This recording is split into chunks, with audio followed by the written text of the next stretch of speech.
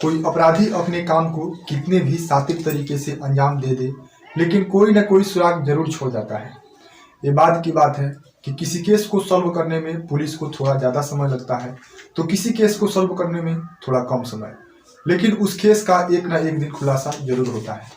आज की कहानी में ठीक ऐसा ही होता है। आज से 1.5 साल पहले एक व्यक्ति की हत्या कर दी जाती है।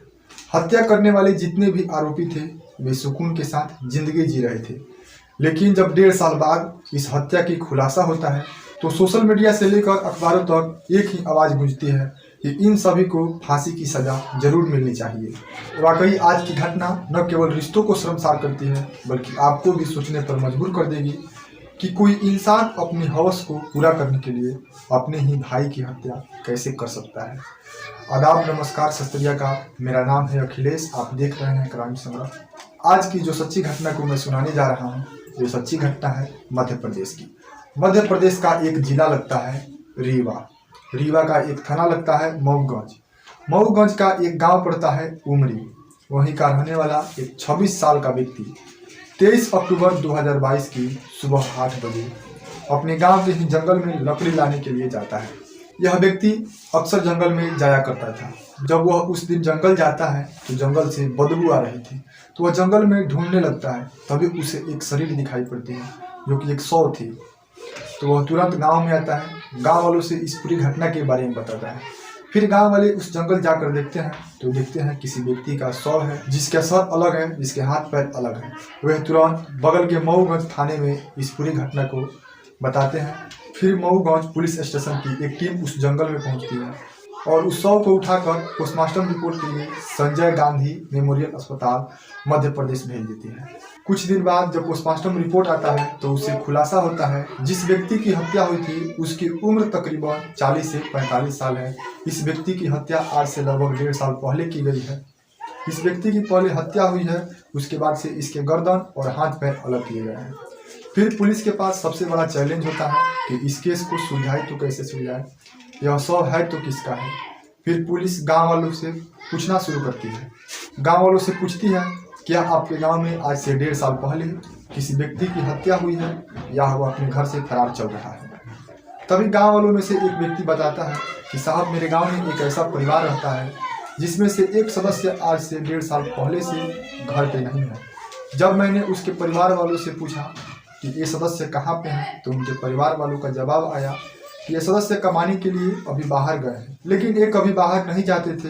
अगर कभी कभार जाते भी थे तो सबके मोबाइल पे फ़ोन भी किया करते थे। इनकी मोबाइल भी लगातार स्विच ऑफ ही आती है। फिर पुलिस उस परिवार वालों के बारे में पूछना शुरू करती है तो गाँव वाले बताते हैं कि इसके परिवार के सभी सदस्य आज से 7 महीना पहले अपने यहाँ के सभी प्रॉपर्टी को बेचकर उत्तर प्रदेश के एक शहर लगता है मिर्जापुर, वहीं के लिए चले गए हैं।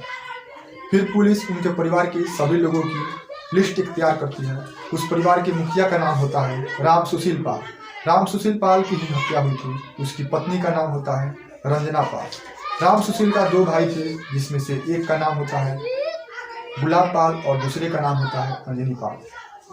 राम सुशील पाल के परिवार में उनके चाचा भी रहा करते थे, जिसका नाम है राम पत्नीलाल। मऊगंज पुलिस की एक टीम उत्तर प्रदेश का शहर मिर्जापुर आती है। जब उस शख्स के घर पहुंचती है तो उस शख्स के घर पे कोई नहीं था। उसकी पत्नी रंजना पाल की मुलाकात पुलिस वालों से हो जाती है। जब रंजना पाल पुलिस को देखती है तो वह डर जाती है, वह भयभीत सा हो जाती है। फिर पुलिस रंजना पाल से पूछती है कि आपके पति कहाँ पे हैं। तो रंजना पाल का जवाब आता है कि मेरा पति कमाने के लिए बाहर गए हैं। फिर पुलिस बोलती है कि अपने पति से मोबाइल फ़ोन के जरिए बात कराओ। तो वे कहती है कि मेरा पति मोबाइल नहीं चलाते हैं। फिर पुलिस का शक रंजना पाल पे ही बनने लगता है। फिर पुलिस उससे सख्ती से पूछताछ करती है, लेकिन वह नहीं बताती है। तो पुलिस की टीम रंजना पाल को उठाकर मध्य प्रदेश के मऊगंज थाने ले जाती है और वहां से उससे सख्ती से पूछताछ शुरू करती है। तो रंजना पाल बताती है, आज से 2 साल पहले मुझे अपने ही देवर, जिसका नाम था गुलाब पाल, उससे प्यार हो गया था। हम दोनों में प्यार इस कदर हुआ था कि हम उसके बिना एक पल भी नहीं जी सकते थे और मेरे देवर भी मेरे बिना एक पल नहीं जी सकते थे। मैंने एक बार अपने देवर गुलाब पाल से कहा कि मैं आपसे ही शादी करूंगी, लेकिन मेरे देवर गुलाब पाल का जवाब आया कि मैं भैया के जीते जी तुमसे शादी नहीं कर सकता हूँ। तो मैंने एक सुझाव अपनाया और उनसे बोला कि क्यों ना अपने ही रास्ते से अपने ही भैया को हटा दिया जाए और इनकी सारी प्रॉपर्टी भी तेरी हो जाएगी। फिर परिवार के सभी सदस्य प्रॉपर्टी के लालच में मिलकर एक सुझाव देते हैं कि मार्केट से समोसा और चूहे मारने की दवा लाओ और इसे खिलाकर मार दिया जाए।